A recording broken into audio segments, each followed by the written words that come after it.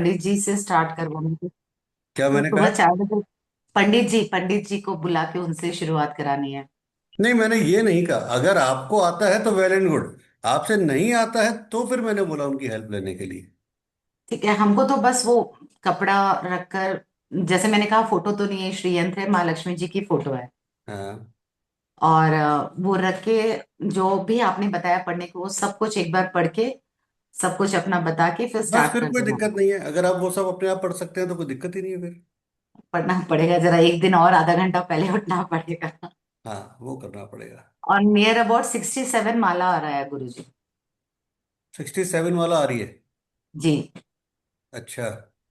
Actually 66.7 ऐसा कुछ आ रहा, तो हाँ, छोटा तो मोटा 67 ही 60। हो गया वो तो। हाँ जी, 67 ही कर लेना, तो वो मतलब बार बार याद नहीं करना पड़ेगा कितने में रोकना है। ठीक है, कोई दिक्कत नहीं है। जी। माला कौन सी लें? लक्ष्मी उनकी बात कर रहे हो ना आप? जी। कमलगट्टी की ले लो। जी। बस वही था, तो मैंने कहा अब ये तो सुबह, अच्छा हाँ गुरुजी, मेन ट्यूसडे से शुरू करना था। ट्यूसडे तो आज हो गया, अब कब करूं? ट्यूसडे आज हो गया। आज कर लो, क्या दिक्कत है, शाम को कर लो शुरुआत। फिर हमेशा शाम को करना पड़ेगा ना गुरुजी? नहीं, बाकी फिर कल से सुबह ले लेना। आज आज के लिए वो कर लो। आज नवरात्र लास्ट है तो आज कर लो, क्या दिक्कत है। हाँ बस ठीक है, आपने ये कह दिया तो अभी तैयारी कर लेती हूँ। बस फिर क्या दिक्कत है। ठीक है, फिर कल टाइम चेंज कर सकते हैं वनडे के लिए, आज बस भूला कल चूका कल के माफ। लिए, कल बस फिर कल से फिर रेगुलर जो भी मॉर्निंग टाइम है वो ले लेना। ठीक है तो, ठीक है गुरुजी, श्योर। ठीक है, बस राधे राधे गुरुजी। इतने से जी। क्वेश्चन है तो बोले थोड़े क्वेश्चन है। मैंने कहा पता नहीं कितने होलसेल में क्वेश्चन है। नहीं नहीं, बस यही था, सुबह उतना नहीं, मैंने बाद में रिकॉर्डिंग सुनी और फिर से एक बार सब कुछ पढ़ा, तो मुझे ये तीन चार थे यार, पंडित जी कहाँ 4 बजे आएंगे।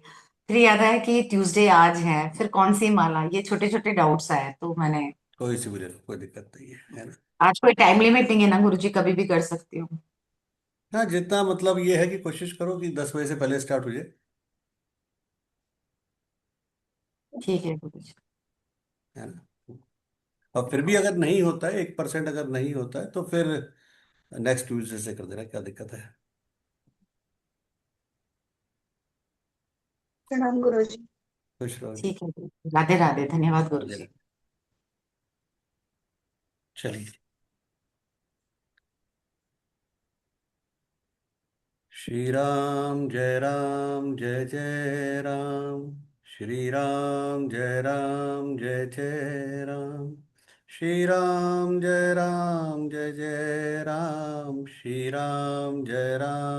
जय राम। श्री राम जय जय राम। श्री राम जय जय राम। श्री राम जय जय राम। गुरु ब्रह्मा गुरु विष्णु गुरुदेवो महेश्वर गुरु साक्षात परब्रह्म तस्मै श्री गुरुवे नमः। तस्मै श्री गुरुवे नमः। तस्मै श्री गुरुवे नमः। श्री रामचरितमानस उत्तरकांड।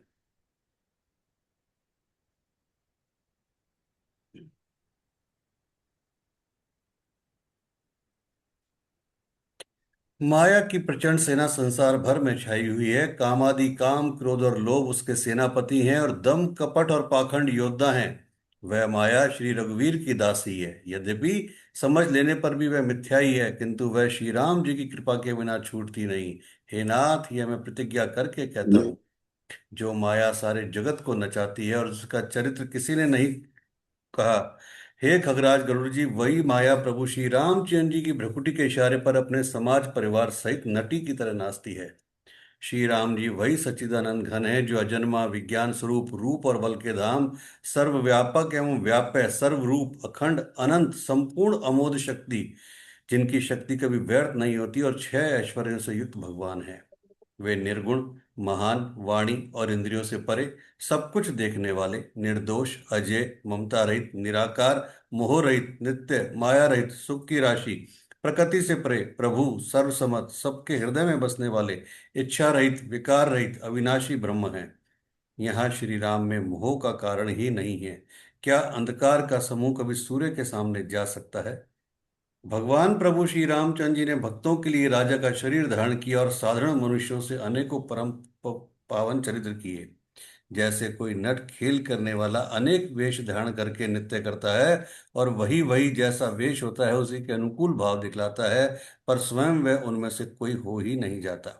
हे गरुड़ जी, ऐसे ही श्री रघुनाथ जी की यह लीला है जो राक्षसों को विशेष मोहित करने वाली और भक्तों को सुख देने वाली है। हे स्वामी, जो मनुष्य मलिन बुद्धि, विषयों के वश और कामी हैं, वे ही प्रभु पर इस प्रकार का मोह का आरोप करते हैं।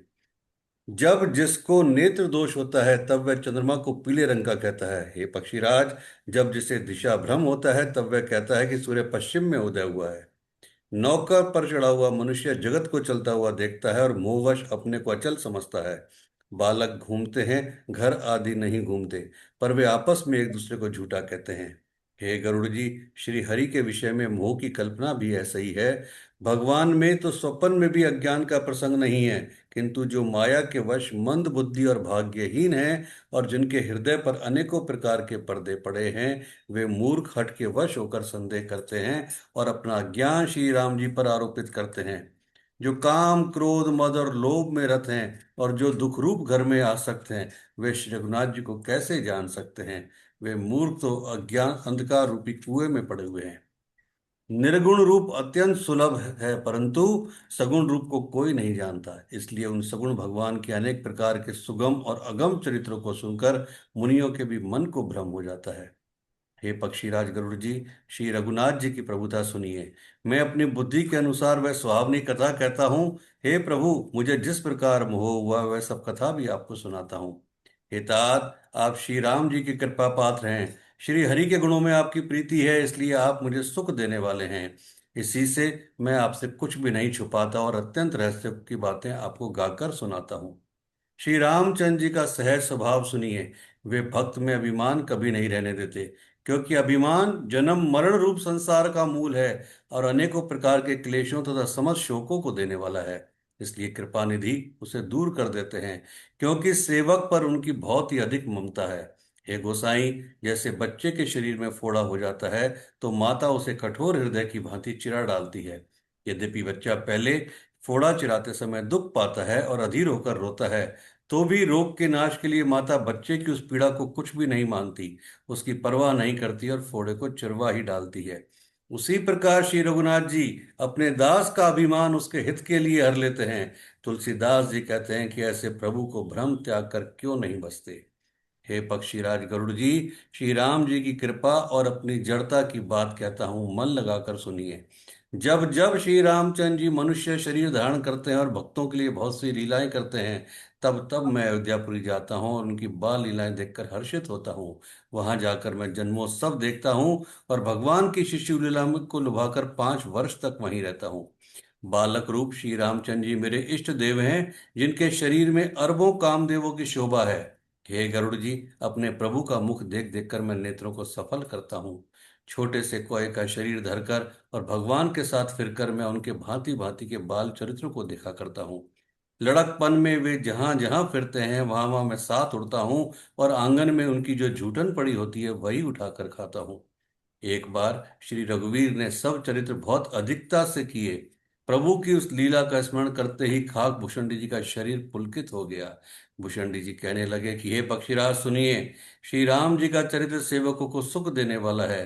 अयोध्या का राजमहल सब प्रकार से सुंदर है। सोने के महल में नाना प्रकार के रत्न जड़े हुए हैं। सुंदर आंगन का वर्णन नहीं किया जा सकता, जहाँ चारों ओर भाई नृत्य खेलते हैं।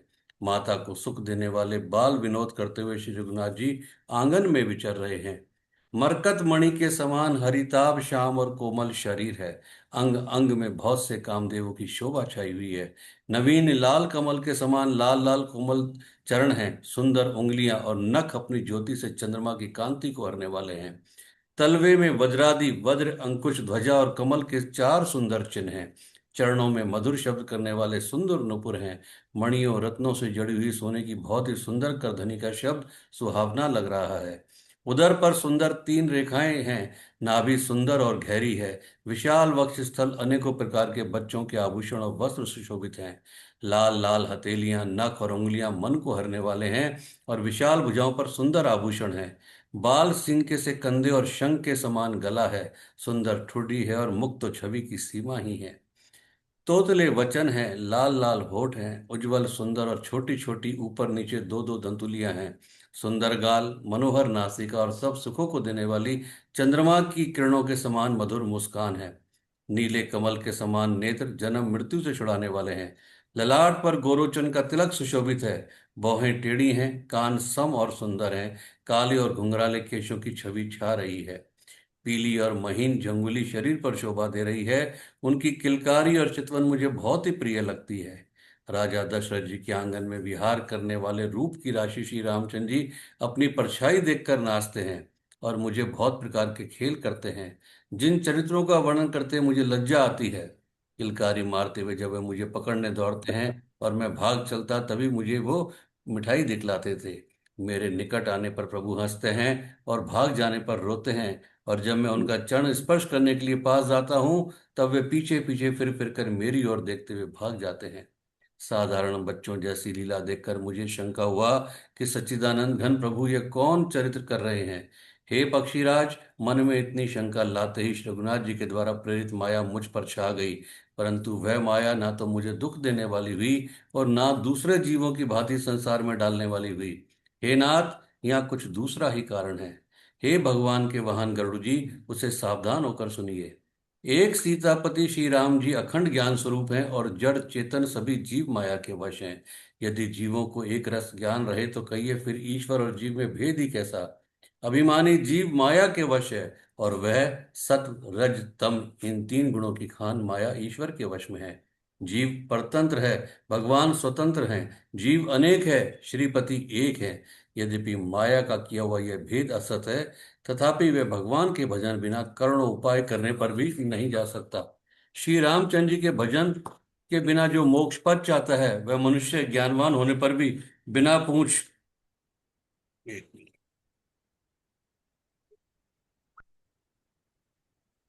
श्री रामचंद्र जी के भजन के बिना जो मोक्ष पद चाहता है, वह मनुष्य ज्ञानवान होने पर भी बिना पूछ और सींग का पशु है। सभी तारागणों के साथ 16 कलाओं से पूर्ण चंद्रमा उदय हो और जितने पर्वत हैं उन सब में दावाग्नि लगा दी जाए, तो भी सूर्य के उदय हुए बिना रात्रि नहीं जा सकती। हे पक्षीराज, इसी प्रकार श्री हरि के भजन बिना जीवों का क्लेश नहीं मिटता। श्री हरि के सेवक को अविद्या नहीं व्याप्ति, प्रभु की प्रेरणा प्रेरणा से उसे विद्या व्याप्ति है। हे पक्षी श्रेष्ठ, इसी से दास का नाश नहीं होता और भेद भक्ति बढ़ती है। श्री राम जी ने मुझे जब जब भ्रम से चकित देखा, तब वे हंसे। वह विशेष चरित्र सुनिए। उस खेल का मर्म किसी ने नहीं जाना, ना छोटे भाइयों ने, ना माता पिता ने। वे श्याम शरीर और लाल लाल हथेली और चरण तल वाले बाल रूप श्री राम जी घुटने और हाथों के बल मुझे पकड़ने को दौड़े। हे सर्पों के शत्रु गरुड़ जी, तब मैं भाग चला। श्री राम जी ने मुझे पकड़ने के लिए भुजा फैलाई। मैं जैसे जैसे आकाश में दूर उड़ता, वैसे ही वैसे वहां श्री हरि की भुजा को अपने पास देखता। मैं ब्रह्म लोक तक गया, और जब उड़ते हुए मैंने पीछे की ओर देखा, तो हे तात, श्री राम जी की भुजा में और मुझ में केवल 2 ही अंगुल का फासला था। सातों आवरणों को भेद कर जहां तक मेरी गति थी वहां तक मैं गया, पर वहां भी प्रभु की भुजा को अपने पीछे देखकर व्याकुल हो गया। जब मैं भयभीत हो गया, तब मैंने आंखें मूंद ली। फिर आंखें खोलकर देखते ही अवधपुरी में पहुंच गया। मुझे देखकर श्री राम जी मुस्कुराने लगे। उनके हंसते ही मैं तुरंत उनके मुख में चला गया। हे पक्षीराज सुनिए, मैंने उनके पेट में बहुत से ब्रह्मांडों के समूह देखे। वहां उन ब्रह्मांडों में अनेकों विचित्र लोग थे, जिसकी रचना एक से एक बढ़कर थी। करोड़ों ब्रह्मा जी और शिव जी, अनगिनत तारागण, सूर्य और चंद्रमा, अनगिनत लोकपाल, यम और काल, अनगिनत विशाल पर्वत और भूमि, असंख्य समुद्र, नदी, तालाब, वन और नाना प्रकार की सृष्टि का विस्तार देखा। देवता, मुनि, सिद्ध, नाग, मनुष्य, किन्नर, चारों प्रकार के जड़ और चेतन जीव देखे, जो कभी ना देखा था ना सुना था, और जो मन में भी नहीं समाता था, अर्थात जिसकी कल्पना भी नहीं की जा सकती थी, वही सब अद्भुत सृष्टि मैंने देखी। तब उसका किस प्रकार वर्णन किया जाए। मैं एक एक ब्रह्मांड में एक एक 100 वर्ष तक रहता। इस प्रकार मैं अनेकों ब्रह्मांड देखता फिरा। प्रत्येक लोक में भिन्न भिन्न ब्रह्म, भिन्न भिन्न विष्णु, शिव, मनु, दिक्पाल, मनुष्य, गंधर्व, भूत, वेताल, किन्नर, राक्षस, पशु, पक्षी, सर्प तथा नाना जाति के देवता एवं दैत्य गण थे। सभी जीव वहां एक दूसरे प्रकार के थे। अनेक पृथ्वी, अनेक नदी, अनेक समुद्र, अनेक तालाब, अनेक पर्वत, सब सृष्टि वहां दूसरी ही दूसरी प्रकार की थी। प्रत्येक ब्रह्मांड ब्रह्मांड में मैंने अपना रूप देखा और अनेकों अनुपम वस्तुएं देखी। प्रत्येक भुवन में न्यारी ही अवधपुरी, भिन्न ही सरयूजी और भिन्न प्रकार के नर नारी। हे तात सुनिए, दशरथ जी, कौशल्या जी, भरत जी आदि भाई भी भिन्न भिन्न रूपों के थे। मैं प्रत्येक ब्रह्मांड में राम अवतार और उनके अपार बाल लीलाएं देखता फिरता। हे हरिवाहन, मैंने सभी कुछ भिन्न भिन्न और अत्यंत विचित्र देखा। मैं अनगिनत ब्रह्मांडों में फिरा, फिर प्रभु श्री रामचंद्र जी को मैंने दूसरी तरह का नहीं देखा। सर्वत्र वही शिशुपन, वही शोभा, वही कृपालु श्री रघुवीर। इस प्रकार मोह रूपी पवन की प्रेरणा से मैं भुवन भुवन में देखता फिरता था। अनेक ब्रह्मांडों में भटकते मुझे मानो 100 कल्प बीत गए। फिरता फिरता मैं अपने आश्रम में आया और कुछ काल वहां रहकर बिताया। फिर जब अपने प्रभु का अवधपुरी में जन्म सुन पाया, तब प्रेम से परिपूर्ण होकर मैं हर्षपूर्वक उठ दौड़ा। जाकर मैंने जन्म महोत्सव देखा, जिस प्रकार मैं पहले वर्णन कर चुका हूँ। श्री रामचंद्र जी के पीठ में मैंने बहुत से जगत देखे, जो देखते ही देखते बनते थे, वर्णन नहीं किए जा सकते। वहां फिर मैंने सुजान माया के स्वामी कृपालु भगवान श्री राम को देखा। मैं बार बार विचार करता था, मेरी बुद्धि मोह रूपी कीचड़ में व्याप्त थी। यह सब मैंने दो ही घड़ी में देखा। मन में विशेष मोह होने से मैं थक गया। मुझे व्याकुल देखकर तब कृपालु श्री रघुवीर हंस दिए। वे धीर बुद्धि गरुड़ जी सुनिए। उनके हंसते ही मैं मुंह से बाहर आ गया। श्री रामचंद्र जी मेरे साथ फिर वही लड़कपन करने लगे। मैं करोड़ों असंख्य प्रकार से मन को समझाता था, पर वह शांति नहीं पाता था। ये बाल चरित्र देखकर और पेट के अंदर देखी उस प्रभुता का स्मरण करके मैं शरीर की सुध बुध भूल गया और हे आर्तजनों के रक्षक, रक्षा कीजिए, रक्षा कीजिए, रक्षा कीजिए पुकारता हुआ पृथ्वी पर गिर पड़ा। मुख से बात नहीं निकलती थी। तब प्रभु ने प्रेम विहल देखकर अपनी माया की प्रभुता को रोक लिया। प्रभु ने अपना कर कमल मेरे सिर पर रखा। दीन दयालु ने मेरा संपूर्ण दुख हर लिया। सेवकों को सुख देने वाले कृपा के समूह कृपा में श्री राम जी ने मुझे मोह से सर्वथा रहित कर दिया। उनकी पहले वाली प्रभुता को विचार विचार कर याद कर करके मेरे मन में बड़ा भारी हर्ष हुआ। प्रभु की भक्त वत्सलता देखकर मेरे हृदय में बहुत ही प्रेम उत्पन्न हुआ।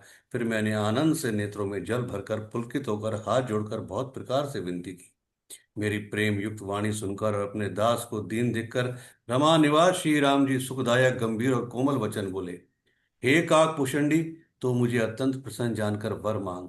अणिमा आदि अष्ट सिद्धियां, दूसरी रिद्धियां तथा संपूर्ण सुखों की खान, मोक्ष, ज्ञान, विवेक, वैराग्य, विज्ञान और वे अनेकों गुण जो जगत में मुनियों के लिए भी दुर्लभ हैं, ये सब मैं आज तुझे दूंगा, इसमें संदेह नहीं। जो तेरे मन भावे सो मांग ले।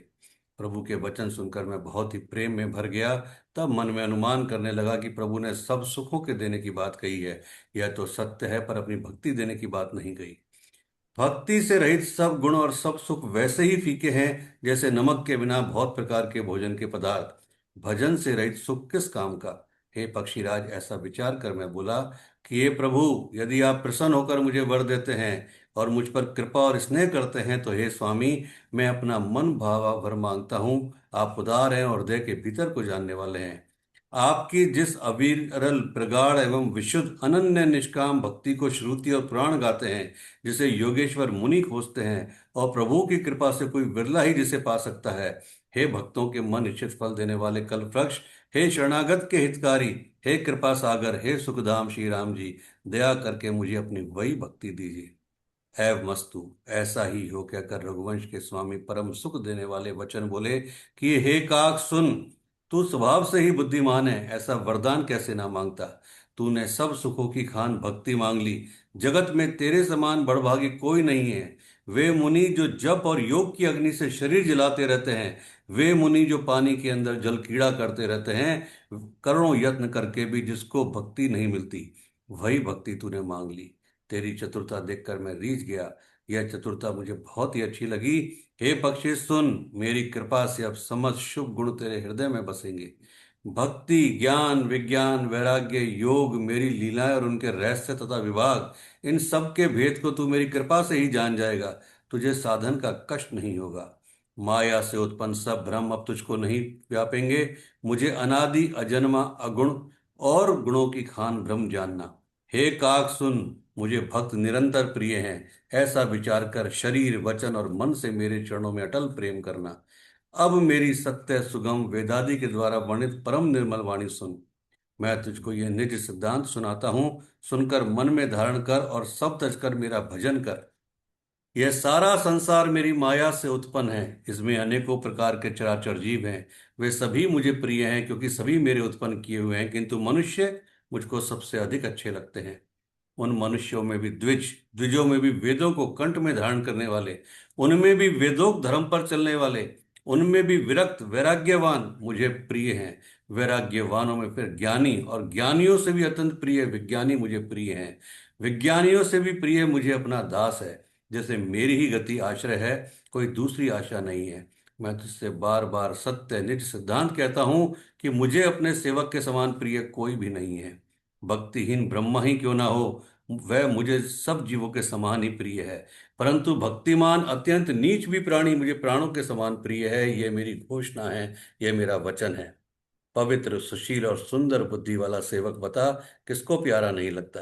वेद और पुराण भी ऐसी ही नीति कहते हैं कि हे काक, सावधान होकर सुन। एक पिता के बहुत से पुत्र पृथक पृथक गुण, स्वभाव और आचरण वाले होते हैं। कोई पंडित, कोई तपस्वी, कोई ज्ञानी, कोई धनी, कोई शूरवीर तो कोई दानी, कोई सर्वज्ञ और कोई धर्मपरायण। पिता का प्रेम इन सभी पर समान होता है। परंतु इनमें से यदि कोई मन, वचन और कर्म से पिता का ही भक्त होता है, स्वप्न में भी वह दूसरा धर्म नहीं जानता। वह पुत्र पिता को प्राणों के समान प्रिय होता है, यद्यपि चाहे वह सब प्रकार से अज्ञान मूर्ख ही हो। इस प्रकार त्रियक, पशु पक्षी, देव, मनुष्य और असुरों समेत जितने भी चेतन और जड़ जीव हैं, उनसे भरा हुआ यह संपूर्ण विश्व मेरा ही पैदा किया हुआ है। अतः सब पर मेरी बराबर दया है। परंतु इनमें से जो मद और माया छोड़कर मन, वचन और शरीर से मुझको भसता है, वह पुरुष हो, नपुंसक हो, स्त्री हो, किन्नर हो, चर अचर कोई भी जीव हो, कपट छोड़कर जो भी सर्वभाव से मुझे बसता है, वही मुझे परम प्रिय है। हे पक्षी, मैं तुझसे सत्य कहता हूँ, पवित्र, अनन्य, निष्काम सेवक मुझे प्राणों के समान प्यारा है। ऐसा विचार कर सब आशा भरोसा छोड़कर मुझी को बच। तुझे काल कभी नहीं सताएगा। निरंतर मेरा स्मरण और भजन करते रहना। प्रभु के वचनामृत सुनकर मैं तृप्त नहीं होता। मेरा शरीर पुलकित था और मन में अत्यंत ही हर्षित हो रहा था। वह सुख और मन कान ही जानते हैं, जीभ से उसका बखान नहीं हो सकता। प्रभु की शोभा का वह सुख नेत्र ही जानते हैं, पर वे कह कैसे सकते हैं, उनकी तो वाणी ही नहीं है। मुझे बहुत प्रकार से भली भांति समझाकर और सुख देकर प्रभु फिर वही बालकों का खेल करने लगे। नेत्रों में जल भरकर और मुख को कुछ रूखा सा बनाकर उन्होंने माता की ओर देखा कि मुझे बहुत भूख लगी है। यह देखकर माता तुरंत उठ दौड़ी और कोमल वचन कहकर उन्होंने श्री राम जी को छाती से लगा लिया। वे गोद में लेकर उन्हें दूध पिलाने लगी और श्री रघुनाथ जी उन्हीं की ललित लीलाएं गाने लगे। जिस सुख के लिए सुख देने वाले कल्याण त्रिपुरारी शिव जी ने अशुभ वेश धारण किया, उस सुख में अवधपुरी के नर नारी निरंतर निमग्न रहते हैं। उस सुख का लवलेश मात्र जिन्होंने एक बार स्वप्न में भी प्राप्त कर लिया, हे पक्षीराज, वे सुंदर बुद्धि वाले सज्जन पुरुष उसके सामने ब्रह्म सुख को भी कुछ नहीं गिनते। मैं और कुछ समय तक अवधपुरी में रहा और मैंने श्री राम जी की रसीली बाल लीलाएं देखी। श्री राम जी की कृपा से मैंने भक्ति का वरदान पाया। तदंतर प्रभु के चरणों की वंदना करके मैं अपने आश्रम पर लौट आया। इस प्रकार जब से श्री रघुनाथ जी ने मुझको अपनाया, तब से मुझे माया कभी नहीं व्यापी। श्री हरि की माया ने मुझे जैसे नचाया, वह सब गुप्त चरित्र मैंने कहा। हे पक्षीराज गरुड़, अब मैं आपसे अपना निजी अनुभव कहता हूँ, सुनिए। वह यह है कि भगवान के भजन बिना क्लेश दूर नहीं होते। हे पक्षीराज सुनिए, श्री राम जी की कृपा बिना श्री राम जी की प्रभुता नहीं जानी जाती। प्रभुता जाने बिना उन पर विश्वास नहीं जमता, विश्वास के बिना प्रीति नहीं होती, और प्रीति के बिना भक्ति वैसे ही दृढ़ नहीं होती जैसे, हे पक्षीराज, जल की चिकनाई ठहरती नहीं है। गुरु के बिना कभी ज्ञान नहीं हो सकता, अथवा वैराग्य के बिना कभी ज्ञान खुद नहीं हो सकता। इसी तरह वेद और पुराण कहते हैं कि श्री हरि की भक्ति के बिना क्या सुख मिल सकता है। हे तात, स्वाभाविक संतोष के बिना क्या कोई शांति पा सकता है। चाहे करोड़ों उपाय करके पच पच मरिए, फिर भी क्या कभी जल के बिना नाव चल सकती है। संतोष के बिना कामना का नाश नहीं होता, और कामनाओं के रहते स्वप्न में भी सुख नहीं हो सकता। और श्री राम के भजन बिना कामनाएं नहीं मिट सकती, और बिना धरती के भी कहीं पेड़ उग सकता है। विज्ञान तत्व ज्ञान के बिना क्या संभाव आ सकता है। आकाश के बिना क्या कोई पोल पा सकता है। श्रद्धा के बिना धर्म का आचरण नहीं होता। क्या पृथ्वी तत्व के बिना कोई गंध पा सकता है। तप के बिना क्या तेज फैल सकता है। जल तत्व के बिना संसार में क्या रस हो सकता है। पंडित जनों की सेवा बिना क्या सदाचार प्राप्त हो सकता है। हे गोसाई, जैसे बिना अग्नि तत्व के रूप नहीं मिलता। निज सुख आत्मानंद के बिना क्या मन स्थिर हो सकता है? वायु तत्व के बिना क्या स्पर्श हो सकता है? क्या विश्वास के बिना कोई सिद्धि हो सकती है? इसी प्रकार श्री हरि के भजन बिना जन्म मृत्यु के भय का नाश नहीं होता। बिना विश्वास के भक्ति नहीं होती। भक्ति के बिना श्री राम जी पिघलते नहीं, और श्री राम जी की कृपा के बिना जीव स्वप्न में भी शांति नहीं पा सकता। हे धीर बुद्धि, ऐसा विचार कर संपूर्ण कुतर्कों और संदेहों को छोड़कर करुणा की खान सुंदर और सुख देने वाले श्री रघुवीर का भजन कीजिए। हे पक्षीराज, हे नाथ, मैंने अपनी बुद्धि के अनुसार प्रभु के प्रताप और महिमा का गान किया। मैंने इसमें कोई बात युक्ति से बढ़कर नहीं की। यह सब मैंने अपनी आंखों से देखा, वही आपसे कहा। श्री रघुनाथ जी की महिमा, नाम, रूप और गुणों की कथा सभी अपार एवं अनंत है, तथा श्री रघुनाथ जी स्वयं भी अनंत हैं। मुनिगण अपनी अपनी बुद्धि के अनुसार श्री हरि के गुण गाते हैं। वेद, शेष और शिवजी भी उनका पार नहीं पा सकते। आपसे लेकर मच्छर पर्यंत सभी छोटे बड़े जीव आकाश में उड़ते हैं, किंतु आकाश का अंत कोई नहीं पाता। इसी प्रकार हे तात, श्री रघुनाथ जी की महिमा भी अथाह है, क्या कभी कोई उसकी था पा सकता है? श्री राम जी का अरबों कामदेवों के समान सुंदर शरीर है। वे अनंत कोटि दुर्गाओं के समान शत्रुनाशक हैं।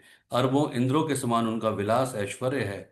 अरबों आकाशों के समान उनमें अनंत अवकाश स्थान है। अरबों पवन के समान उनमें महान बल है, और अरबों सूर्य के समान उनमें प्रकाश है। अरबों चंद्रमाओं के समान वे शीतल और संसार के समस्त भयों का नाश करने वाले हैं। अरबों कालों के समान वे अत्यंत दुस्तर, दुर्गम और दुरंत हैं। वे भगवान अरबों धूमकेतुओं, पृच्छल तारों के समान अत्यंत प्रबल हैं। अरबों पातालों के समान प्रभु अथाह हैं। अरबों यमराजों के समान भयानक हैं। अनंत कोटि तीर्थों के समान वे पवित्र करने वाले हैं। उनका नाम संपूर्ण पाप समूह का नाश करने वाला है। श्री रघुवीर करोड़ों हिमालयों के समान अचल स्थिर हैं, और अरबों समुद्रों के समान गहरे हैं। भगवान अरबों कामधेनु के समान सब कामनाओं इच्छित पदार्थों के देने वाले हैं। उनमें अनंत कोटि सरस्वतियों के समान चतुरता है। अरबों ब्रह्माओं के समान सृष्टि रचना की निपुणता है। वे करोड़ों विष्णुओं के समान पालन करने वाले, और अरबों रुद्रों के समान संहार करने वाले हैं। वे अरबों कुबेरों के समान धनवान, और करोड़ों मायों के समान सृष्टि के खजाने हैं। बोझ उठाने में वे अरबों शेषों के समान हैं।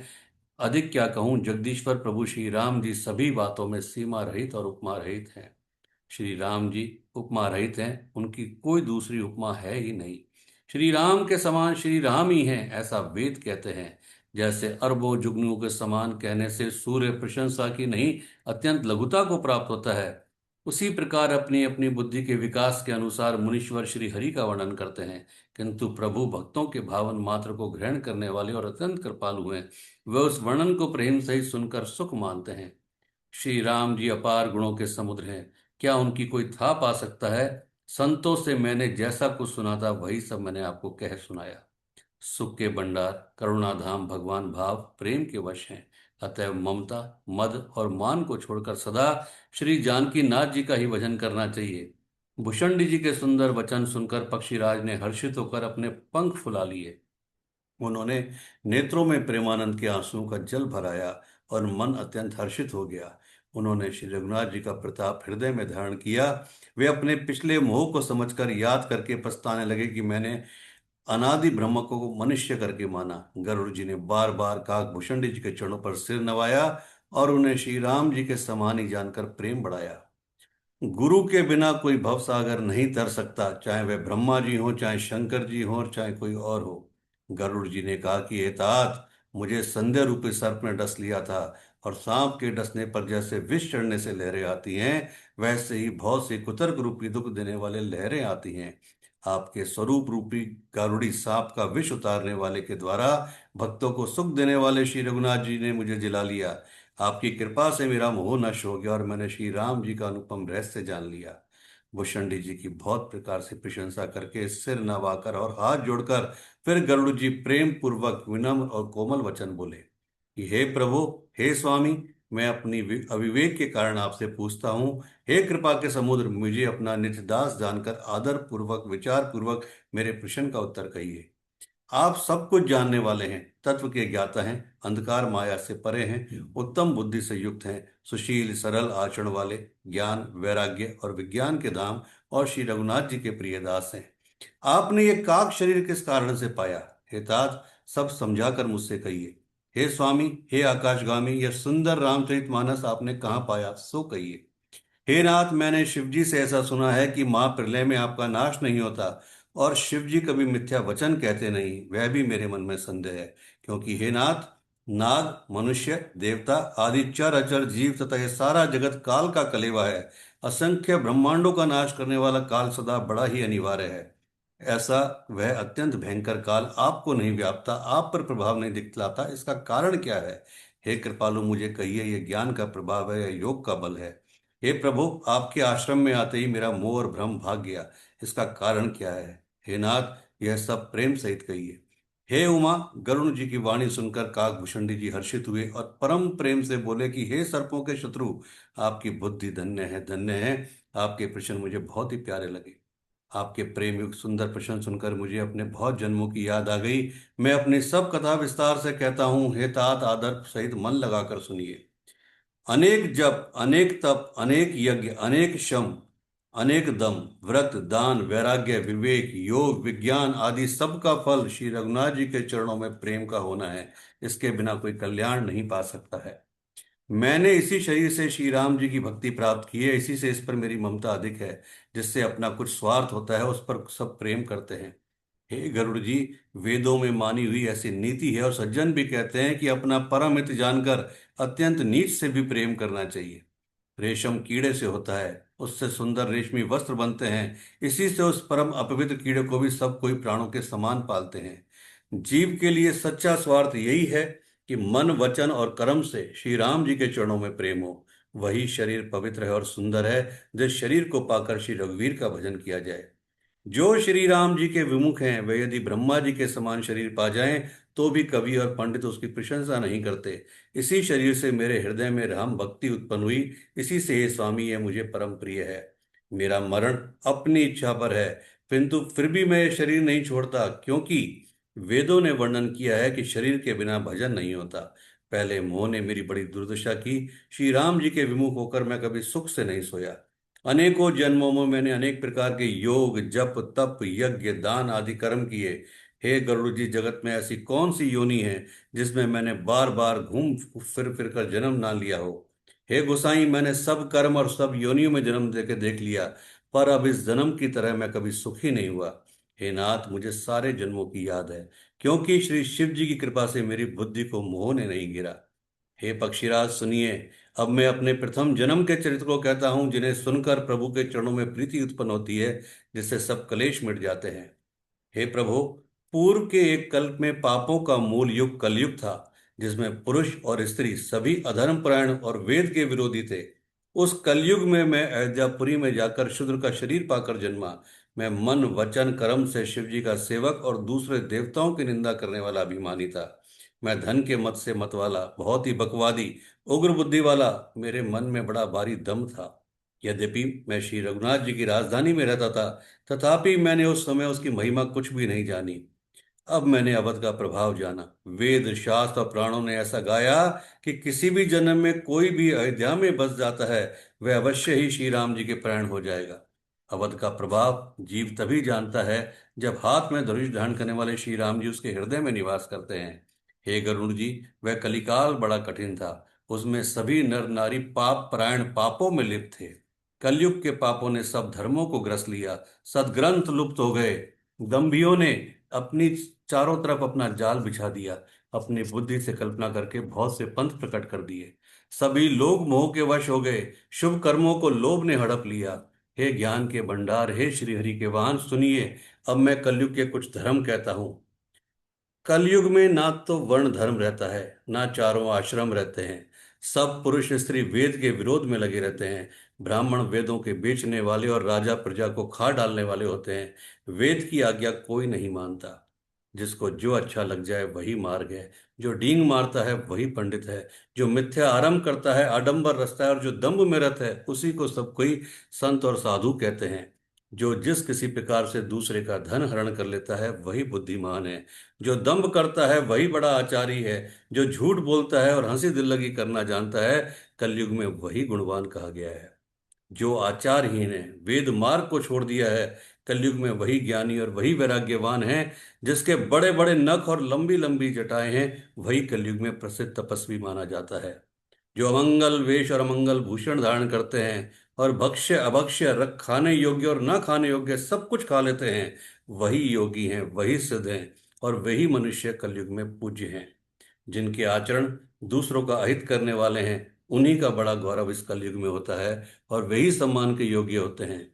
जो मन वचन और कर्म से झूठ बकने वाले होते हैं, वे ही कलयुग में सबसे बड़े माने गए। ये गोसाई, सभी मनुष्य स्त्रियों के विशेष वश में हैं और बाजीगर के बंदर की तरह उनके नचाए नाचते हैं। ब्राह्मणों को शुद्र ज्ञानोपदेश करते हैं और गले में जनेऊ डालकर कुछ से दान लेते हैं। सभी पुरुष काम के वश में हैं और लोभ में तत्पर और क्रोधी हैं। देवता ब्राह्मण वेद संतों के विरोधी हैं। अभागिनी स्त्रियां गुणों के धाम सुंदर पति को छोड़कर पर पुरुष का सेवन करती फिरती हैं। सुहागिनी स्त्रियां तो आभूषणों से रहित होती हैं, पर विधवाओं के नित्य नए श्रृंगार होते हैं। शिष्य और गुरु में बहरे और अंधे का सा हिसाब होता है। एक शिष्य गुरु के उपदेश को सुनता ही नहीं, गुरु को देखता ही नहीं, उसे केवल अपने स्वार्थ से मतलब है कि कैसे इस गुरु से मेरा स्वार्थ निकल सकता है। यही कलयुग की परिभाषा है। जो गुरु शिष्य का धन हरण कर लेता है, या जो शिष्य केवल गुरु के बातों को अपने स्वार्थ की पूर्ति के लिए करता है पर शोक का हरण नहीं करता, वह घोर नरक में पड़ता है। माता पिता बालकों को बुलाकर वही धर्म सिखलाते हैं जिससे पेट भर जाए। स्त्री पुरुष ब्रह्म ज्ञान के सिवा दूसरी बात नहीं करते, पर वे लोभवश बहुत थोड़े लाभ के लिए ब्राह्मण और गुरु की हत्या तक कर डालते हैं। शूद्र ब्राह्मणों से विवाद करते हैं और कहते हैं कि हम क्या तुमसे कुछ कम हैं। जो ब्रह्म को जानता है वही श्रेष्ठ ब्राह्मण है, ऐसा कहकर वे उन्हें डांट कर आंखें दिखलाते हैं। जो पराई स्त्रियों में आसक्त हैं, कपट करने में चतुर हैं और मोह द्रोह और ममता में लिपटे हुए हैं, वे ही मनुष्य अभेदवादी ब्रह्म और जीव को एक बताने वाले ज्ञानी हैं। मैंने उस कलयुग का ये चरित्र अपनी आंखों से देखा है। वे स्वयं तो नष्ट हुए ही रहते हैं, जो कोई सन्मार्ग का प्रतिपालन करते हैं उनको भी वे नष्ट कर देते हैं। जो तर्क करके वेद की निंदा करते हैं, वे लोग कल कल भर एक एक नरक में पड़े रहते हैं। जो कोई आपको आपके समझ की बात कहता है, जो कोई आपको आपके ज्ञान की बात कहता है, उनके पास नाम मात्र के व्यक्ति होते हैं, और जो कोई झूठ और पाखंड लेकर रखते हैं, उनके पास भीड़ जमी रहती है। तेली कुम्हार चांडाल भील कोल और कलवार आदि जो वर्ण में नीचे हैं, स्त्री के मरने पर अथवा घर की संपत्ति नष्ट हो जाने पर सिर मुंडाकर सन्यासी हो जाते हैं। वे अपने को ब्राह्मणों से पुजवाते हैं और अपने ही दोनों हाथों से लोक नष्ट करते हैं। ब्राह्मण अनपढ़ लोभी कामी आचारहीन मूर्ख और नीची जाति की व्यभिचारिणी स्त्रियों के स्वामी होते हैं। शूद्र नाना प्रकार के जप तप और व्रत करते हैं और तथा ऊंचे सिंहासन व्यास गद्दी पर बैठकर पुराण कहते हैं। सब मनुष्य मनमाना आचरण करते हैं, अपार अनीति का वर्णन नहीं किया जा सकता। कलयुग में सब लोग वर्ण संकर और मर्यादा से च्युत हो गए। वे पाप करते हैं और उनके फलस्वरूप दुख भय रोग शोक और प्रिय वस्तु का वियोग पाते हैं। वेद सम्मत तथा वैराग्य और ज्ञान से युक्त जो हरि भक्ति का मार्ग है, मोहवश मनुष्य उस पर नहीं चलते और अनेकों नए नए पंथों की कल्पना करते हैं। सन्यासी बहुत धन लगाकर घर सजाते हैं, उनमें वैराग्य रहा ही नहीं, उसे विषयों ने हर लिया। तपस्वी धनवान हो गए और गृहस्थ दरिद्र हो गए। हितात कलयुग की लीला कुछ कही नहीं जाती। कुलवती और सती स्त्री को पुरुष घर से निकाल देते हैं और अच्छी चाल को छोड़कर घर में दासी को रखते हैं। पुत्र अपने माता पिता को तभी तक मानते हैं जब तक स्त्री का मुंह नहीं दिखाई पड़ता। जब जैसे ही स्त्री उसके जीवन में आती है तो उसको ससुराल प्यारे लगने लगती है और उसके माता पिता उसके लिए शत्रु रूप और बूढ़े हो जाते हैं। राजा लोग पाप परायण हो जाते हैं, उनमें धर्म नहीं रहता। वे प्रजा को नित्य ही दंड देकर उसकी विडंबना दुर्दशा किया करते हैं। धनी लोग मलिन नीची जाति के होने पर भी कुलीन माने जाते हैं। द्विज का चिन्ह जनेऊ मात्र रह गया और नंगे बदन रहना तपस्वी का। जो वेदों और पुराणों को नहीं मानते, कलयुग में वे ही हरि भक्त और सच्चे संत कहलाते हैं। कवियों के तो झुंड के झुंड हो गए, पर दुनिया में उदार कवियों का आश्रयदाता सुनाई नहीं पड़ता। गुण में दोष लगाने वाले बहुत हैं, पर गुणी कोई भी नहीं है। कलयुग में बार बार अकाल पड़ते हैं, अन्न के बिना सब लोग दुखी होकर मरते हैं। हे पक्षीराज गरुड़ जी सुनिए। कलयुग में बखान सब ग्रंथों का बखान उल्टे सीधे शब्दों के साथ, उल्टे सीधे बातों के साथ और उल्टे सीधे गीतों के साथ किया जाता है। कोई कुछ ही लोग आपको केवल एक सही तरीके से बात बताते हैं। कलयुग में कपट, हठ, दंभ, द्वेष, पाखंड, मान, मोह और काम आदि, काम, क्रोध, लोभ और मद ब्रह्मांड भर में व्याप्त हो गए, छा गए। मनुष्य जप, तप, यज्ञ, व्रत, दान आदि धर्म तापसी भाव से करने लगे। देवता पृथ्वी पर जल नहीं बरसाते और बोया हुआ अन्न उगता नहीं है। स्त्रियों के बाल ही भूषण हैं, उनके शरीर पे कोई आभूषण ही नहीं रह गया। और उनको भूख बहुत लगती है, अर्थात वे सदा तृप्त रहती हैं। वो भूख किसी भी तरह की हो सकती है। वे धनहीन और बहुत प्रकार की ममता होने के कारण दुखी रहती हैं। वे मूर्ख सुख चाहती हैं और पर धर्म में उनका प्रेम नहीं है। बुद्धि थोड़ी है और कठोर है, पर उनमें कोमलता नहीं है। मनुष्य रोग से पीड़ित है, भोग सुख कहीं नहीं है। बिना ही कारण अभिमान और विरोध करते हैं। 10-5 वर्ष का थोड़ा सा जीवन है, परंतु घमंड ऐसा है मानो कल्पांत होने पर भी उनका नाश नहीं होगा।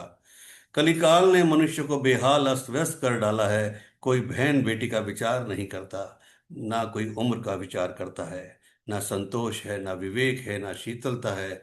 जाति कुजाति सभी लोग भीख मांगने वाले हो गए।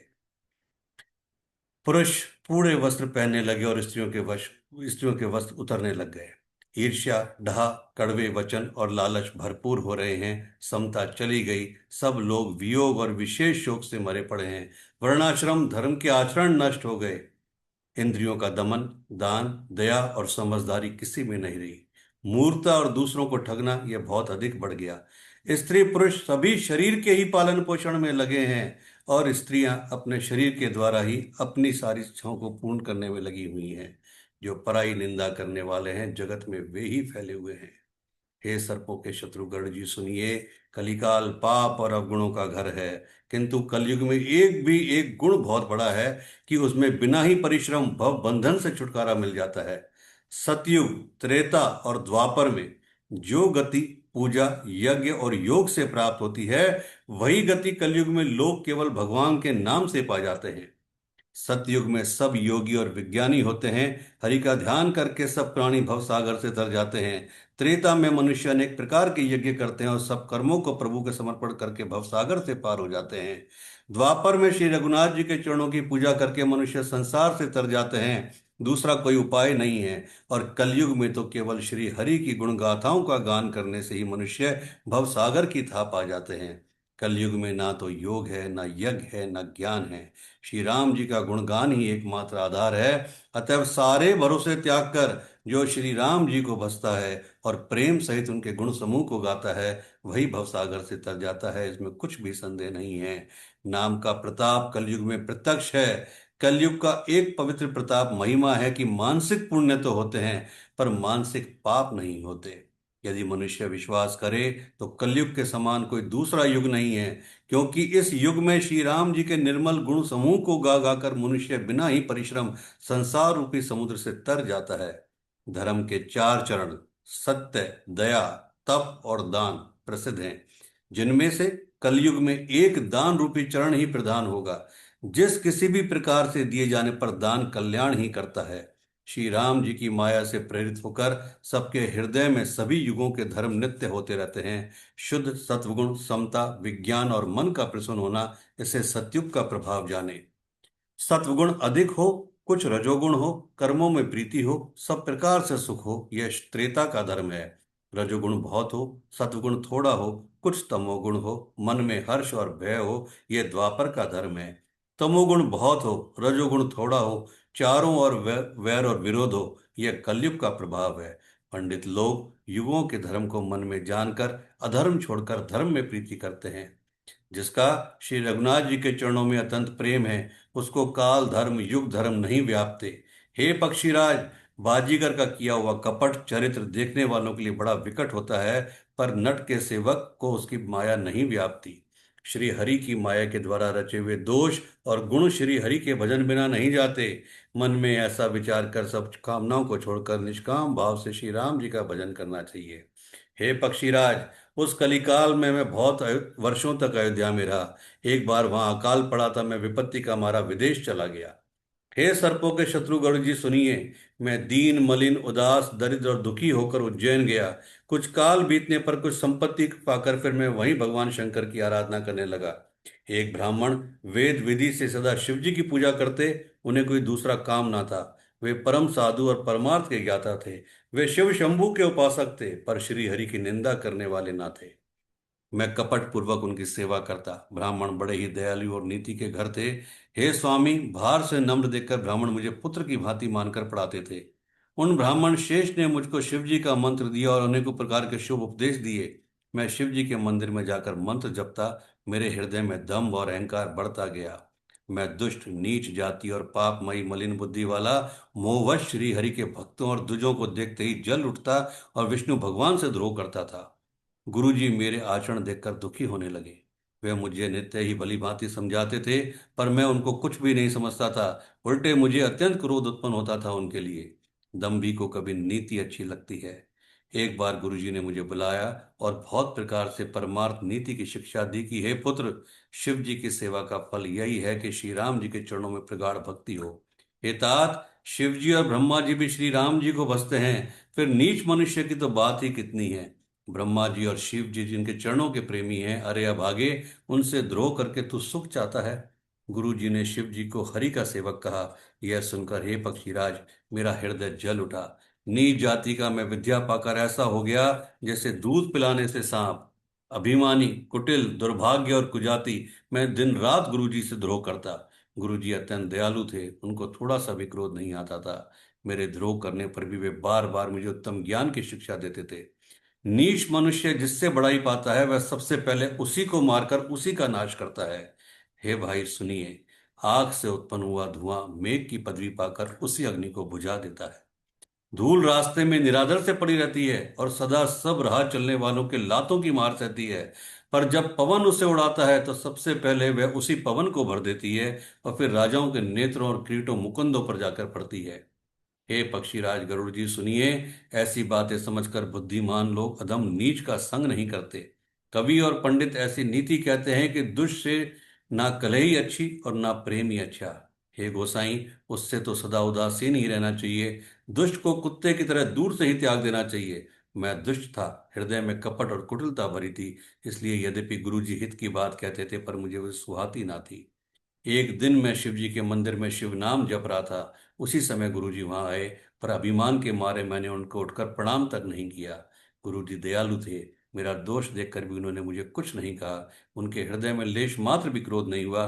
पर गुरु का अपमान सबसे बड़ा अपमान है, अतः महादेव जी भी उसे सह नहीं सके।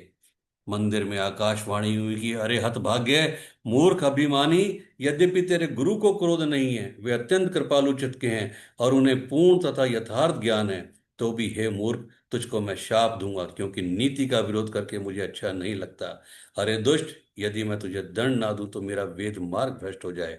जो मूर्ख गुरु से ईर्ष्या करते हैं, जो मूर्ख गुरु पर विश्वास करते हैं, जो मूर्ख गुरु के बताए बताए वाक्यों पर नहीं चलते, वे करोड़ों युगों तक रौरव नरक में पड़े रहते हैं। फिर वहां से निकलकर वे तिर्यक, पशु, पक्षी आदि योनियों में शरीर धारण करते हैं और 10,000 जन्मों तक दुख पाते हैं। अरे पापी, तू गुरु के सामने अजगर की भांति बैठा रहा। अरे दुष्ट, तेरी बुद्धि पाप से ढक गई है, अतः तू सर्प हो जा। और अरे अधम से भी अधम, इस अधोगति सर्प की नीची योनि को पाकर किसी बड़े भारी पेड़ के खोखले में जाकर रहे। शिव जी का बड़ा भयानक शाप सुनकर गुरु जी ने हाहाकार किया। मुझे कांपता हुआ देखकर उनके हृदय में बड़ा संताप उत्पन्न हुआ। प्रेम सहित दंडवत करके वे ब्राह्मण श्री शिव जी के सामने हाथ जोड़कर मेरी भयंकर गति का विचार कर गदगद वाणी से विनती करने लगे कि हे मोक्ष स्वरूप, विभु व्यापक ब्रह्म और वेद स्वरूप, ईशान दिशा के ईश्वर तथा सबके मालिक श्री शिव जी, मैं आपको नमस्कार करता हूँ। निस्वरूप में स्थित अर्थात मायादि रहित, मायिक गुणों से रहित, भेद रहित, इच्छा रहित, चेतन आकाश रूप एवं आकाश को ही वस्त्र रूप में धारण करने वाले दिगंबर अथवा आकाश को भी आच्छादित करने वाले आपको मैं भजता हूँ। निराकार, ओंकार के मूल, तीनों गुणों से अतीत, वाणी, ज्ञान और इंद्रियों से परे, कैलाशपति, विकराल, महाकाल के विकाल, कृपालु, गुणों के धाम, संसार से परे आप परमेश्वर को मैं नमस्कार करता हूँ।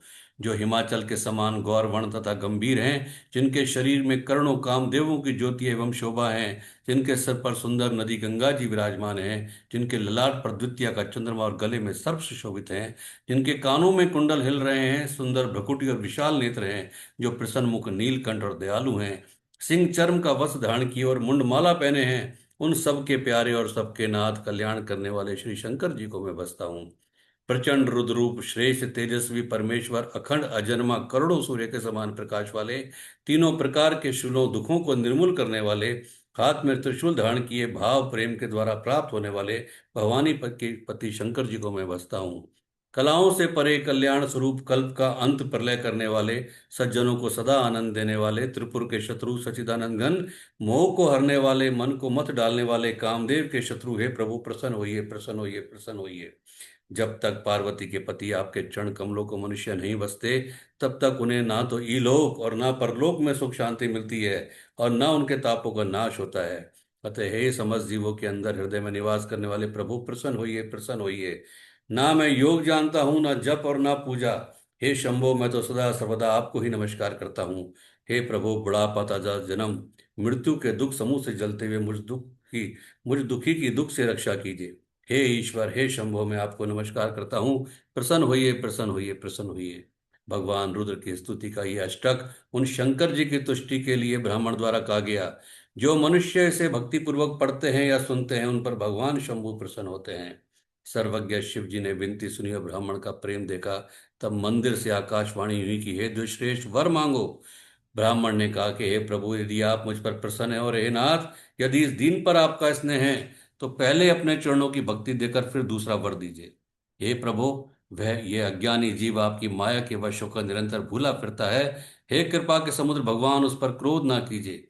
हे दीनों पर दया करने वाले कल्याणकारी शंकर, अब इस पर कृपालु होइए। कृपा कीजिए जिससे हे नाथ, थोड़े ही समय में इस पर शाप के बाद अनुग्रह हो जाए, ये शाप से मुक्त हो जाए। हे कृपा निदान, अब वही कीजिए जिससे इसका परम कल्याण हो। दूसरे के हित से सुनी ब्राह्मण की वाणी सुनकर फिर आकाशवाणी हुई, ऐब मस्तु, ऐसा ही हो। यद्यपि इसने भयानक पाप किया है, गुरु का अपमान किया है, और मैंने भी इसे क्रोध करके श्राप दिया है, तो भी तुम्हारी साधुता देखकर मैं इस पर विशेष कृपा करूंगा। हे द्विज, जो क्षमाशील एवं परोपकारी होते हैं, वे मुझे वैसे ही प्रिय हैं जैसे खरारी श्री रामचंद्र जी। हे द्विज, मेरा शाप व्यर्थ नहीं जाएगा, ये 1000 जन्म अवश्य पाएगा, परंतु जन्मने और मरने में जो दुस्सह दुख होता है, उसको वह दुख जरा सा भी ना व्यापेगा, और ना किसी भी जन्म में इसका ज्ञान मिटेगा। हे शूद्र, मेरा प्रामाणिक सत्य वचन सुन। प्रथम तो तेरा जन्म श्री रघुनाथ जी की पुरी में हुआ, फिर तूने मेरी सेवा में मन लगाया। पुरी के प्रभाव और मेरी कृपा से तेरे हृदय में राम भक्ति उत्पन्न होगी। हे भाई, अब मेरा सत्य वचन सुन। दुजों की सेवा ही भगवान को प्रसन्न करने वाला व्रत है। अब कभी ब्राह्मण का या गुरु का अपमान ना करना, संतों को अनंत श्री भगवान के समान जानना। इंद्र के वज्र, मेरे विशाल त्रिशूल, काल के दंड और श्री हरि के विकराल चक्र के मारे भी जो नहीं मरता, वह भी विप्र दो रूपी अग्नि से भस्म हो जाता है। ऐसा विवेक मन में रखना, फिर तुम्हारे लिए जगत में कुछ भी दुर्लभ ना होगा। मेरा एक और आशीर्वाद है कि तुम्हारी सर्वत्र अबाध गति होगी, अर्थात तुम जहां जाना चाहोगे वहीं बिना रोक टोक के जा सकोगे। आकाशवाणी के द्वारा शिव जी के वचन सुनकर गुरु जी हर्षित होकर ऐसा ही हो, ऐसा ही हो, यह कहकर मुझे बहुत समझाकर और शिव जी के चरणों को हृदय में रखकर अपने घर में चले गए। काल की प्रेरणा से मैं विंध्याचल में जाकर सर्प हुआ। फिर कुछ काल बीतने पर बिना ही परिश्रम कष्ट के मैंने वह शरीर त्याग दिया। हे हरिवान, मैं जो भी शरीर धारण करता उसे बिना ही परिश्रम वैसे ही सुखपूर्वक त्याग देता, जैसे मनुष्य पुराना वस्त्र त्याग देता है और नया पहन लेता है। शिव जी ने वेद की मर्यादा की रक्षा की और मैंने क्लेश भी नहीं पाया। इस प्रकार हे पक्षीराज, मैंने बहुत से शरीर धारण किए पर मेरा ज्ञान नहीं गया।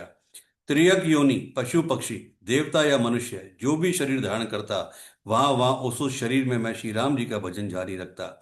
इस प्रकार मैं सुखी हो गया, परंतु एक शूल मुझे बना रहा। गुरु जी का कोमल सुशील स्वभाव मुझे कभी नहीं भूलता, अर्थात मैंने ऐसे कोमल स्वभाव दयालु गुरु का अपमान किया, यह दुख मुझे सदा बना रहा। मैंने अंतिम शरीर ब्राह्मण का पाया, जिसे पुराण और वेद देवताओं को भी दुर्लभ बताते हैं। मैं वहां ब्राह्मण शरीर में बालकों से मिलकर खेलता, तो श्री रघुनाथ जी की सब लीलाएं क्रियाएं करता। सयाना होने पर पिताजी मुझे पढ़ाने लगे। मैं समझता, सुनता और विचारता, पर मुझे पढ़ना अच्छा नहीं लगता था। मेरे मन में सारी वासनाएं भाग गईं, केवल श्री राम जी के चरणों में लब लग गई। हे गरुड़ जी, कहिए, ऐसा कौन अभागा होगा जो कामधेनु को छोड़कर गधी की सेवा करेगा। प्रेम में मग्न रहने के कारण मुझे कुछ भी नहीं सुहाता। पिताजी पढ़ा पढ़ा कर हार गए। जब माता पिता कालवश हो गए, मर गए, तब मैं भक्तों की रक्षा करने वाले श्री राम जी का भजन करने के लिए वन में चला गया। वन में जहां जहां मुनीश्वरों के आश्रम पाता, वहां वहां जाकर उन्हें सिर नवाता। हे गरुड़ जी, उनसे मैं श्री राम जी के गुणों की कथाएं पूछता। वे कहते और मैं हर्षित होकर सुनता। इस प्रकार मैं सदा सर्वदा श्री हरि के गुणानुवाद सुनता फिरता। शिव जी की कृपा से मेरी सर्वत्र अबाधित गति थी। मेरे तीनों प्रकार की, पुत्र की, धन की, मान की गहरी प्रबल वासनाएं छूट गई, और हृदय में एक यही लालसा बढ़ गई कि जब श्री राम जी के चरण कमलों के दर्शन करूं तो अपना जन्म सफल हुआ समझूं। जिनसे मैं पूछता वही मुनि ऐसा कहते कि ईश्वर सर्वभूत में है।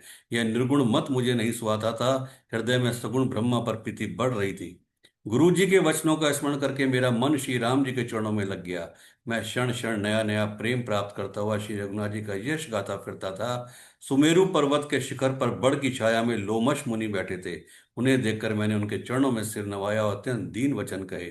हे पक्षीराज, मेरे अत्यंत नम्र और कोमल वचन सुनकर कपालु मुनि मुझसे आदर के साथ पूछने लगे कि हे ब्राह्मण, आप किस कार्य से यहाँ आए हैं।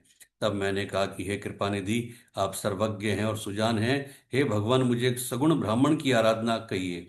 तब हे पक्षीराज, मुनीश्वर ने श्री रघुनाथ जी के गुणों की कुछ कथाएं आदर सहित कहीं।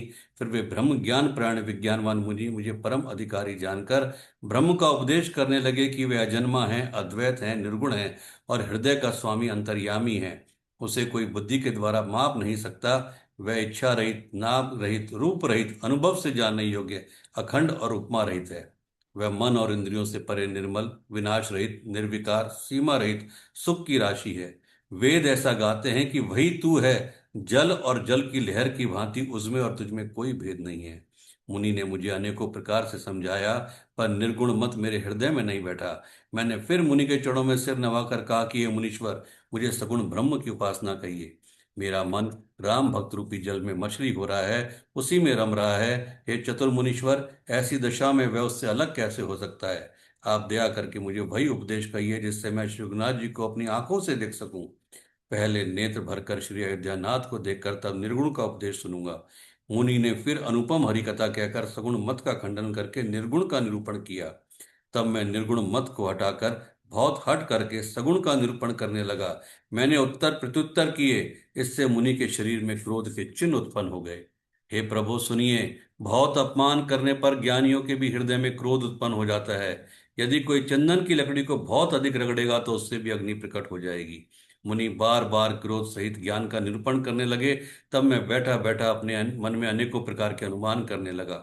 बिना द्वैत बुद्धि के क्रोध कैसा, और बिना ज्ञान के क्या द्वैत बुद्धि हो सकती है। माया के वश रहने वाला परिचिन जड़ जीव क्या ईश्वर के समान हो सकता है। सबका हित चाहने से क्या कभी दुख हो सकता है। जिसके पास पारस मणि है उसके पास क्या दरिद्रता रह सकती है। दूसरों से द्रोह करने वाले क्या निर्भय हो सकते हैं, और कामी क्या कलंक रहित बेदाग रह सकते हैं। ब्राह्मण का बुरा कहने से क्या वंश रह सकता है। स्वरूप की पहचान होने पर क्या कर्म हो सकते हैं। दुष्टों के संग से क्या सुबुद्धि उत्पन्न हुई है। पर स्त्रीगामी क्या उत्तम गति पा सकता है। परमात्मा को जानने वाला कहीं जन्म मरण के चक्कर में पड़ सकता है। भगवान की निंदा करने वाला क्या कभी सुखी हो सकता है। नीति बिना जाने क्या राज्य रह सकता है। श्री हरि के चरित वर्णन करने पर क्या पाप रह सकते हैं। गुना पुण्य के क्या पवित्र यश प्राप्त हो सकता है। बिना पाप के भी क्या कोई अपयश पा सकता है। जिसकी महिमा वेद संत और पुराण गाते हैं, उस हरि भक्ति के समान क्या कोई दूसरा लाभ है। हे भाई, जगत में क्या इसके समान दूसरी भी कोई हानि है कि मनुष्य का शरीर पाकर भी श्री राम जी का भजन ना किया जाए। चुगलखोरी के समान कोई दूसरा पाप नहीं, और हे गरुड़ जी, दया के समान कोई दूसरा धर्म नहीं। इस प्रकार मैं अनगिनत युक्तियां मन में विचारता था और आदर के साथ मुनि का उपदेश नहीं सुनता था। जब मैंने बार बार सगुण का पक्ष स्थापित किया तब मुनि क्रोधयुक्त वचन बोले कि अरे मूढ़, मैं तुझे सर्वोत्तम शिक्षा देता हूं तो भी उसे तू नहीं मानता, और बहुत से उत्तर प्रत्युत्तर दलीलें लाकर रखता है। मेरे सत्य वचन पर विश्वास नहीं करता, कोय की भांति सभी से डरता है। अरे मूर्ख, तेरे हृदय में अपने पक्ष का बड़ा भारी हट है। अतः तू शीघ्र चांडाल पक्षी यानी कौवा हो जा। मैंने आनंद के साथ मुनि के शाप को सिर पर चढ़ा लिया। उससे मुझे ना कुछ भय हुआ ना दीनता आई। तब मैं तुरंत ही कौवा हो गया और मुनि के चरणों में सिर नवाकर रघुकुल शिरोमणि श्री राम जी का स्मरण करके मैं हर्षित होकर उड़ चला।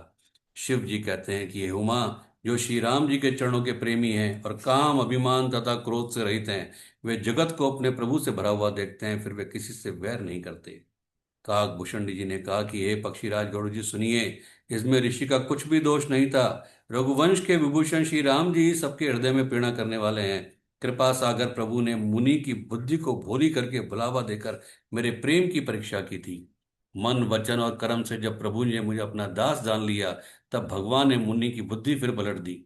ऋषि ने मेरा महान पुरुषों का सा स्वभाव, धैर्य, अक्रोध, विनय आदि और श्री राम जी के चरणों में विशेष विश्वास देखा। तब मुनि ने बहुत दुख के साथ बार बार पछताकर मुझे आदर पूर्वक बुला लिया। उन्होंने अनेकों प्रकार से मेरा संतोष किया और तब हर्षित होकर मुझे राम मंत्र दिया। कृपा निधान मुनि मुनि ने मुझे बालक रूप श्री राम जी का ध्यान बतलाया। सुंदर और सुख देने वाला यह ध्यान मुझे बहुत ही अच्छा लगा। वह ध्यान मैं आपको पहले ही सुना चुका हूँ। मुनि ने कुछ समय तक मुझको वहां अपने पास रखा। तब उन्होंने रामचरितमानस का वर्णन किया। आदर पूर्वक मुझे ये कथा सुनाकर फिर मुनि मुझसे सुंदर वाणी बोले कि हे तात, यह सुंदर और गुप्त रामचरितमानस मैंने शिव जी की कृपा से पाया था। तुम्हें श्री राम जी का निज भक्त जाना, उसी से मैंने तुमसे सब चरित्र को विस्तार के साथ कहा। हे तात, जिसके हृदय में श्री राम जी की भक्ति नहीं है, उनके सामने इसे कभी नहीं कहना चाहिए। मुनि ने मुझे बहुत प्रकार से समझाया। तब मैंने प्रेम के साथ मुनि के चरणों में सिर नवाया। मुनीश्वर ने अपने कर कमलों से मेरा सिर स्पर्श करके हर्षित होकर आशीर्वाद दिया कि अब मेरी कृपा से तेरे हृदय में सदा प्रगाढ़ राम भक्ति बसेगी। तुम सदा श्री राम जी के प्रिय हो और कल्याण रूप गुणों के धाम, मान रहित, इच्छानुसार रूप धारण करने में समर्थ, इच्छा मृत्यु, जिसकी शरीर छोड़ने की इच्छा करने पर ही मृत्यु होगी, बिना इच्छा के मृत्यु नहीं होगी, ज्ञान और वैराग्य के भंडार हो जाओ। इतना ही नहीं, श्री भगवान को स्मरण करते हुए तुम जिस आश्रम में निवास करोगे, वहां 1 योजन 4 कोस तक माया मोह नहीं व्यापेगी। काल, कर्म, गुण, दोष और स्वभाव से उत्पन्न कुछ भी दुख तुमको कभी नहीं व्यापेगा। अनेकों प्रकार के सुंदर श्री राम जी के रहस्य, गुप्त मर्म के चरित्र और गुण जो इतिहास और पुराणों में गुप्त और प्रकट हैं, वर्णित और लक्षित हैं, तुम उन सबको भी बिना ही परिश्रम जान जाओगे। श्री राम जी के चरणों में तुम्हारा नित्य नया प्रेम होगा। अपने मन में तुम जो कुछ भी इच्छा करोगे, श्री हरि कृपा से उसकी पूर्ति कुछ भी दुर्लभ नहीं होगी। हे धीर बुद्धि गरुड़ जी सुनिए। मुनि का आशीर्वाद सुनकर आकाश में गंभीर ब्रह्मवाणी हुई कि हे ज्ञानी मुनि, तुम्हारा वचन सत्य हो। यह कर्म, वचन, मन और वचन से मेरा भक्त है। आकाशवाणी सुनकर मुझे बड़ा हर्ष हुआ।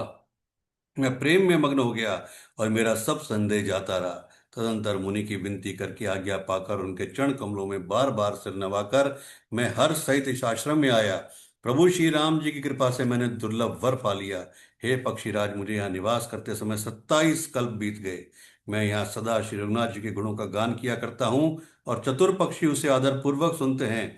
अयोध्यापुरी में जब जब श्री रघुवीर के भक्तों के हित के लिए मनुष्य शरीर धारण करते हैं, तब तब मैं जाकर श्री राम जी की नगरी में रहता हूँ और प्रभु की शिशु लीला देखकर सुख प्राप्त करता हूँ।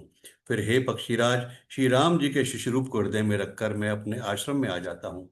जिस कारण मैंने कोहे की देह पाई, वह सारी कथा आपको सुना दी। हे तात, मैंने आपके सब प्रश्नों के उत्तर कहे। राम भक्ति की महिमा बड़ी भारी है। मुझे अपना काक शरीर इसलिए प्रिय है कि इसमें मुझे श्री राम जी के चरणों का प्रेम प्राप्त हुआ। इसी शरीर से मैंने अपने प्रभु के दर्शन पाए और मेरे सब संदेह जाते रहे। मैं हट करके भक्ति पक्ष पर अड़ा रहा, जिससे महर्षि लोमश ने मुझे शाप दिया।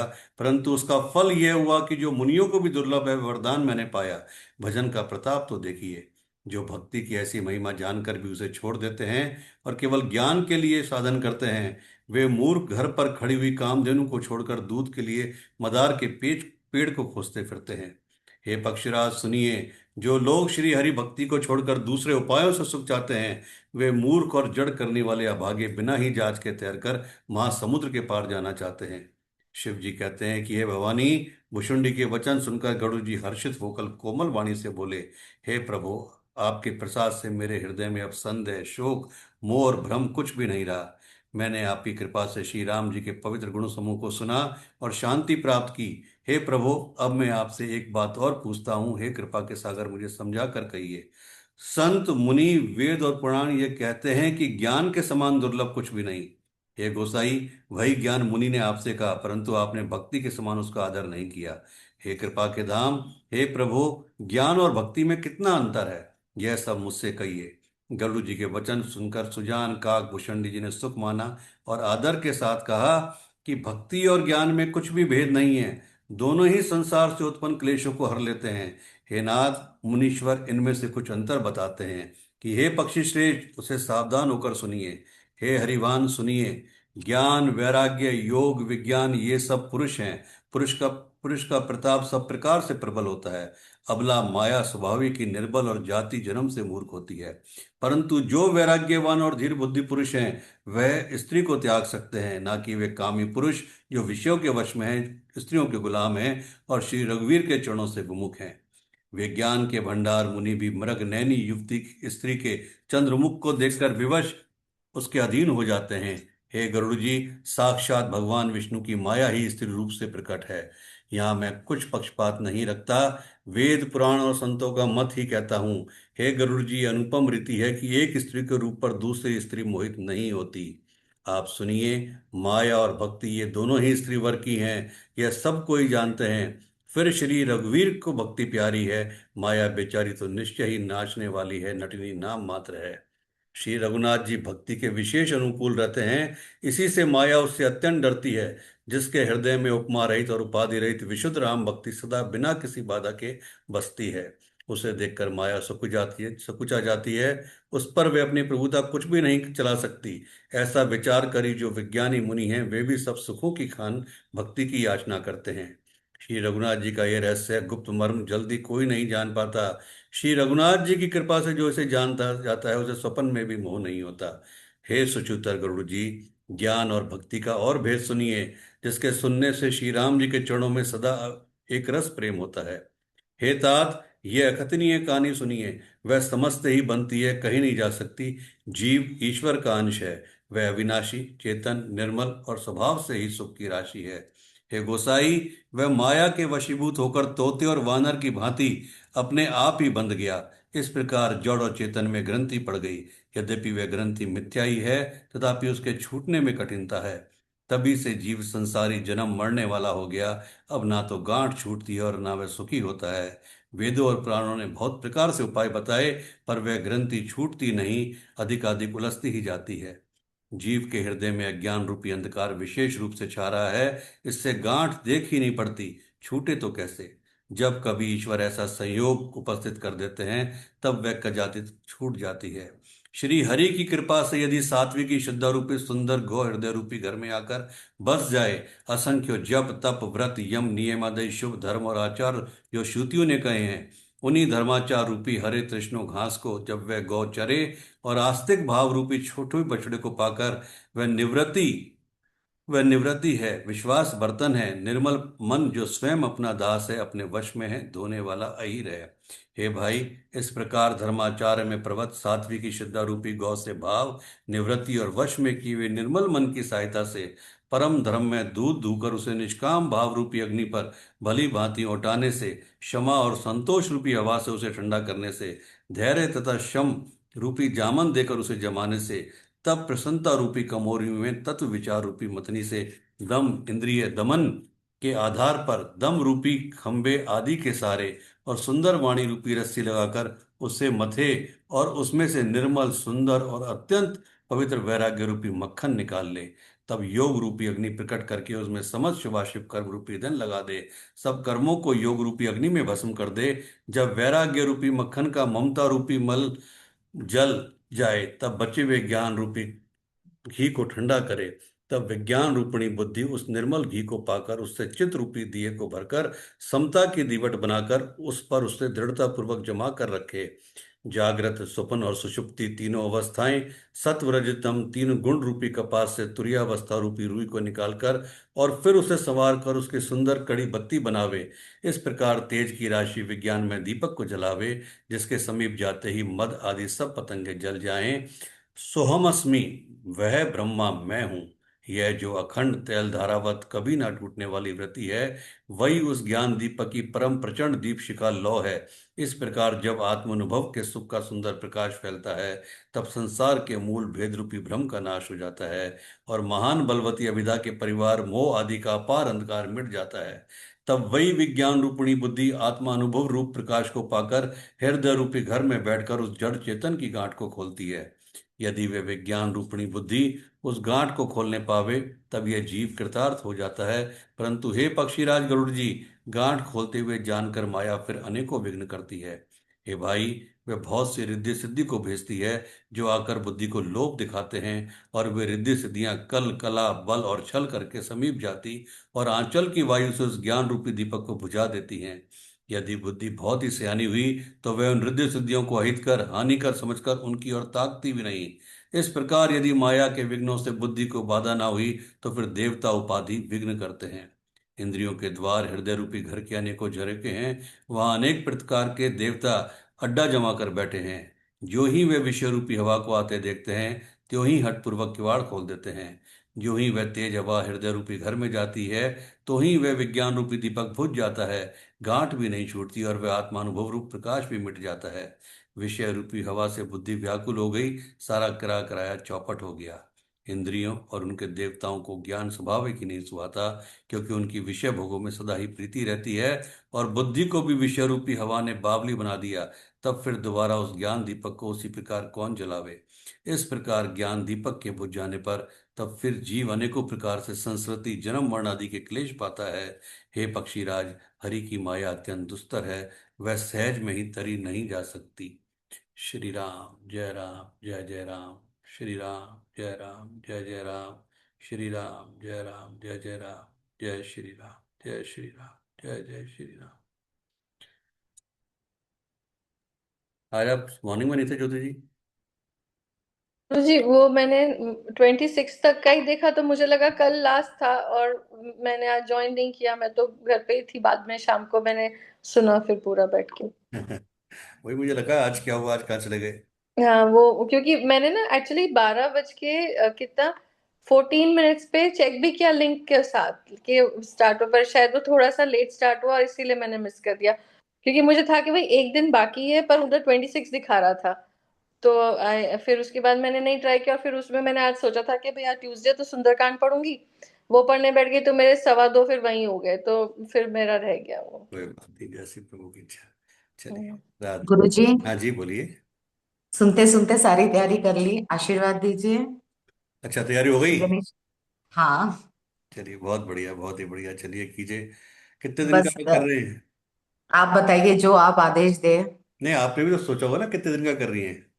आपने कहा 21 डेज, तो वही कर रही हूँ, पर संकल्प लूं या नहीं सोच रही हूँ बस। क्यों, संकल्प लेने में डर किस बात का है? लेडीज प्रॉब्लम, और कोई प्रॉब्लम नहीं है, कोई डर नहीं है। कोई बात नहीं, अगर लेडीज प्रॉब्लम होगी तो उसमें वो ईश्वर की दया से छूट मिलती है कि अगर सपोज 15 दिन के बाद 16वें दिन आपको प्रॉब्लम हो गई, तो 5 दिन या 6 दिन बाद जब भी स्टार्ट करोगे तो 17वें दिन गिना जाएगा। हाँ, बस और कुछ नहीं, फिर ले लूंगी। उस पार्ट पे कोई दिक्कत नहीं है, आप करिए, आराम से कीजिए संकल्प लेके। आरती रोज करना गुरुजी। Daily daily daily. Daily Lakshmi ji की। लक्ष्मी जी की। चलिए, आशीर्वाद चलिए, दीजिए माँ गुरुजी। लक्ष्मी का आशीर्वाद आप पे बने, और ईश्वर करे कि दिवाली से पहले पहले आप पूरी तरह से लोन फ्री हो जाएं, डेट फ्री हो जाएं, जो भी आपकी कामना है वो पूरी हो जाए। शुभम भवतु, शुभम भवतु, शुभम भवतु। कोटि कोटि नमन, धन्यवाद गुरुजी। राधे राधे राधे।